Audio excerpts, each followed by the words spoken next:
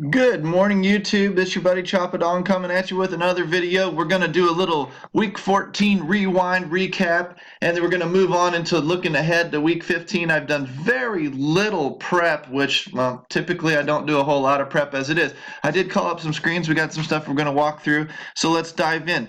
First thing to do is always follow me out on Twitterland, at Choppadong. That way you get a little bit of the things that I put up, like snowplow reporters getting plowed by snow, articles and things, some winnings highlights that we do, a little bit of commentary here and there. We try not to get off sports too much, but of course we do. You get access to a lot of the DFS Army content that we put out there for free. I don't know. I've got a palm tree fetish today for whatever reason. I thought it was pretty cool to see snow against palm trees. And then, of course, somebody shot why we don't put Christmas lights on palm trees, and I thought that was hysterical. So if you follow me out on Twitter, hopefully you get a little bit of a laugh, but you get a lot of content. You get access to the DFS Army. DFSArmy.com is the site I represent. I'm a coach and contributor inside the website. Use coupon code CHOP, C-H-O-P, for a 20% off discount that's grandfathered in over the lifetime of your membership. And to be quite honest with you, we're just heating up. I mean, NFL's starting to wind down, but NBA is coming up. We're going to do some hockey. We're going to run right into baseball. We've got MMA. We've got fantasy golf, and just a whole soccer, of course, a whole bunch of different sports that we cover, that we follow in a lot of different areas. A lot of our VIPs come in because they want to learn the other sports. If you've never played the other sports before, that's fine. A lot of people are NFL only. I'm going to ask you why. I don't understand personally. You either like DFS or you don't. You've either got some time for it during NFL or you don't, and you don't play it at all. And that's fine, to each his own. But for me, I personally believe when I played a lot of online poker back in the day, and I personally believe that learning the other disciplines, the other poker games, makes your overall game better. I believe the best poker player in the world isn't the World Series of Poker No Limit Hold'em champion. I believe it's the horse champion, the guy who plays all of the mixed games well. So for me, I've always had the philosophy of I want to learn basketball, I want to learn baseball, I want to learn golf, I want to learn hockey, all these other sports. Of course, I like watching sports on TV, so that helps. But I believe that by plugging in year-round, talking sports, learning the different sports, always talking lineup construction, fundamentals, contest selection, things, it's going to make your NFL game better next year. I will tell you, the first year I did that, when I stuck around to learn NBA and hockey, I came back the next year NFL rolled around. I was blown away at what I knew compared to what all my other buddies were talking about at their season-long fantasy draft. You may already kick their asses in season-long, and that's fine. But I mean, let's not kick let's demolish them. Learn the skills of the other sports and apply it to your NFL game. There's no better place to do it than DFSArmy.com. Again, coupon code CHOP, C-H-O-P, for 20% off the lifetime of your membership. You're not going to find a better community. You're not going to find a better group of tools, a better optimizer for NBA for sure, and you're not going to find more real-time coaching of when those late scratches hit, where you're going to pivot and what you're going to do. And yeah, we got screwed along with everybody else when it happens after lock. There's not much you can do about it. But bottom line is, give us a shot, jump in, plug in. You won't be disappointed. Follow me out on Twitter. Give me a like and a subscribe inside the YouTube as well, because a lot of my content goes into both places. I'm kind of a scattershot dude when it comes to that. Let's go ahead and get Twitter out of there. Jump into DFS Army and review some of the winning lineups from the weekend. We'll go back to Sunday. Here's an MMA winner. Scroll down a little bit. Lots of winning there. That's a ladder sweep. We talk about the ladder system. That's basically contest selection. You need to be a VIP to figure that one out. There's some free content out there, but if you really want a customized game plan for your bankroll, you need to plug into being a VIP. You need to ask me in Slack. We'll walk through it until you get it figured out and get it customized for you. That's what we do. That's perhaps the biggest thing I do for the community. Contest selection, bankroll management, making sure that you're not just out there being a fish and wasting your money week in and week out. The other guys talk better strategy than I do. They talk better. Now, I'm fairly knowledgeable, but they are very knowledgeable, and they can help you with the ins and outs of NBA and all that other kind of stuff. And turning your $11 into $75 if that's what you're after. But if you want to learn how to do that with contests and bankroll management, you come talk to me. Another $400 some odd winner there. We're going in $1 to $1.80. Look, I'm telling you, it's not a big win. He profited 80 cents, but that's how good Domination Station is. He had Embiid in his lineup, and he still cashed. That's how good our lineup optimizer is.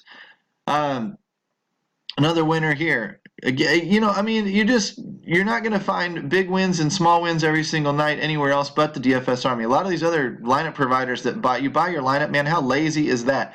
You buy your lineup, and then the guy doesn't even but barely hit 50-50s. And when he goes on a bad run and people start bitching at him, he changes his name and he comes back on Twitter under a different name and starts selling again. What scam artists? If you're putting your money into these guys, you really need the Army. I'm just telling you. There's a nice GPP binker. Nice little 6K. Scroll down a little bit more and we're going to find, what's this, another football? It's $100, 7 in, 100 out. Can't complain too much. 14 in, 800 out. Is that right? Nice. Very nice. I haven't looked through these yet either. Ladder hits, stacking those bees. $1 in, 410 out. Look, guys, every single day, 350 out. Every single day. We got winners of all sizes. 8 in, 40 out. Another clean sweep. 69 in, 444 out. I mean, come on, man. How hard is it to plug in, learn from the coaching, and move on? All right, let's bury those. Let's move on to results off of week 14, was it? Are we already on week 15? I'll be damned. So we're down to about 3 weeks left.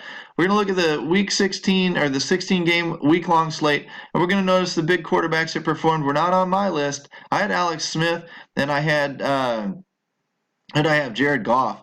So, I mean, dudes, sometimes shit happens. I nailed my receivers this week, I'll tell you that. If we drop into the wishbone, we'll take a look. The games that we targeted were the New Orleans-Atlanta game, meh. Kansas City-Oakland game, meh.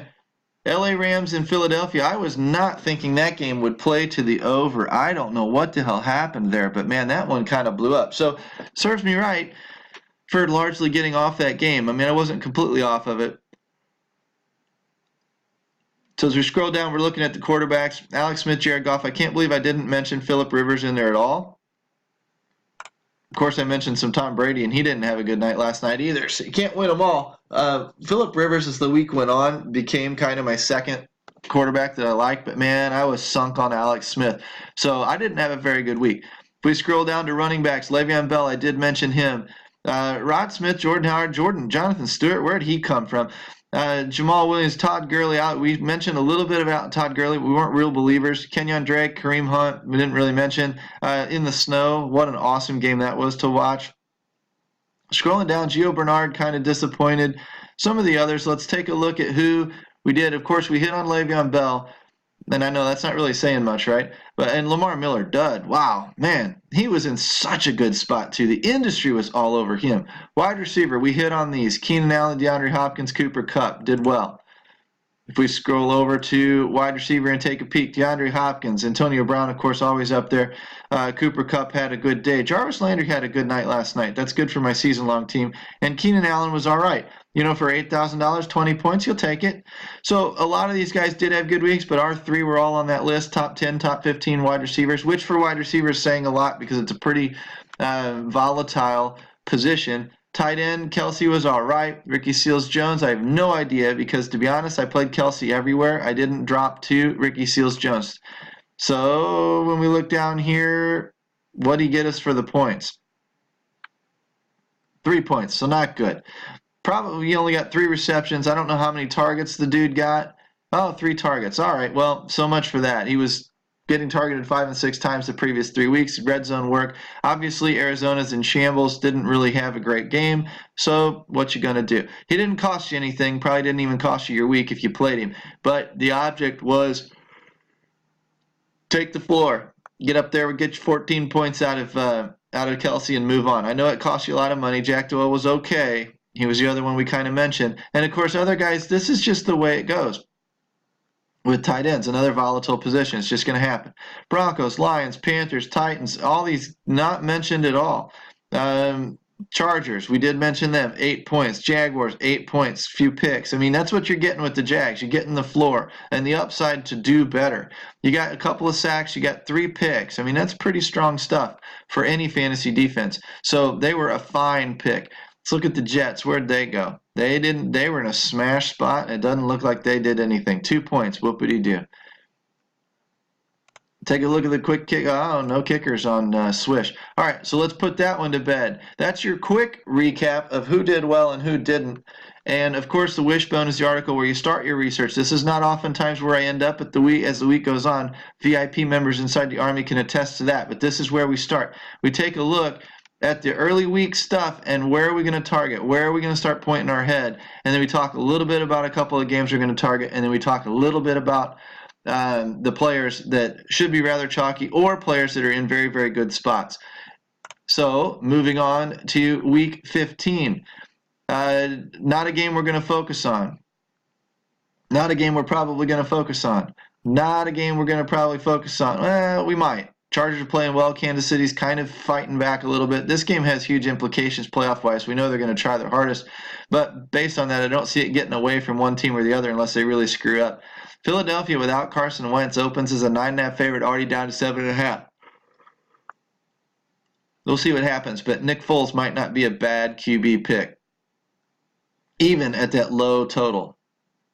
44.5 1-point spread, probably not interested. 10 points for Minnesota, probably not interested. At home, it's going to bring in the Case Keenum discussion. Miami Buffalo's offline. Houston, Jacksonville, a huge favorite. This is a Leonard Fournette game. I know they haven't been using him a lot lately, but just off the top of my head, I'm going to think Leonard Fournette and the defense, correlating them together, is going to be pretty interesting. New Orleans, good luck picking between Ingram and Kamara. Breeze isn't going to be very effective in this game, I wouldn't think. 15.5 points is a running back and defense game. McCown in garbage time, I don't like quarterbacks in garbage time exclusively for garbage time because they don't accumulate points as quickly as the wide receivers they use do. But a McCown, cheaper quarterback might not be a bad idea, of course, being in the dome. If New Orleans lets them kind of pick up the slack in garbage time, your Robbie Anderson, Jermaine Kearse types might have big games. They might be a little bit sneaky, being road underdogs, massive road underdogs with very, very low implied team totals. They'll hit box checkers this week for sure. Arizona, Washington, man, I don't know. Not a lot of exciting stuff out of there. Maybe Kirk Cousins, but I can't see a lot else. Baltimore, Cleveland. Baltimore defense is pretty stout. Cleveland's been a turnover machine with DeShone Kizer. Maybe there's something there. Rams, Seattle. This is a division rival. Got division implications on it, of course. You're going to need Goff. You're going to need Russell Wilson.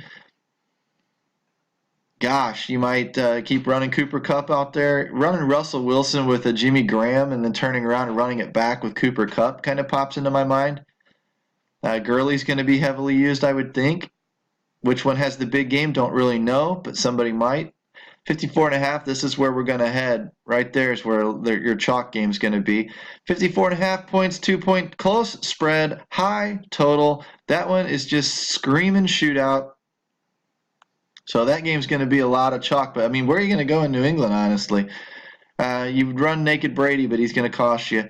Roethlisberger at home might be okay. Le'Veon Bell, of course. Again, these are just off the top. Pick'em in Kansas City, San Francisco. This is two bad teams playing together. This one might actually have some fantasy appeal to it because you're going to find some cheaper players in there. Dallas and Oakland, again, maybe. I don't know when Zeke comes back. He's got to be, a week or two away? It's got to be getting close.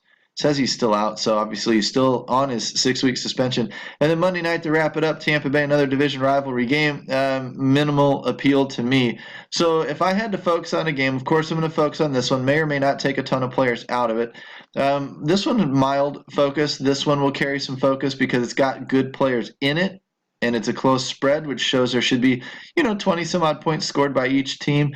Maybe a little bit of Washington. Maybe some Jets in garbage time. In New Orleans, if I get a feeling for the running back situation. Josh McCown out. Hello, how dumb am I? Of course he's been missing. That's another reason why it's 15.5 point total. And then just not a lot early on in the slates. There will be some players here and there. You're going to have to come back and check into box checkers and the podcast and some of the other content that we put out in DFS Army. And you're going to have to see as the week ebbs and flows. And there's no better way, once again, there's no better way to do it than as a VIP.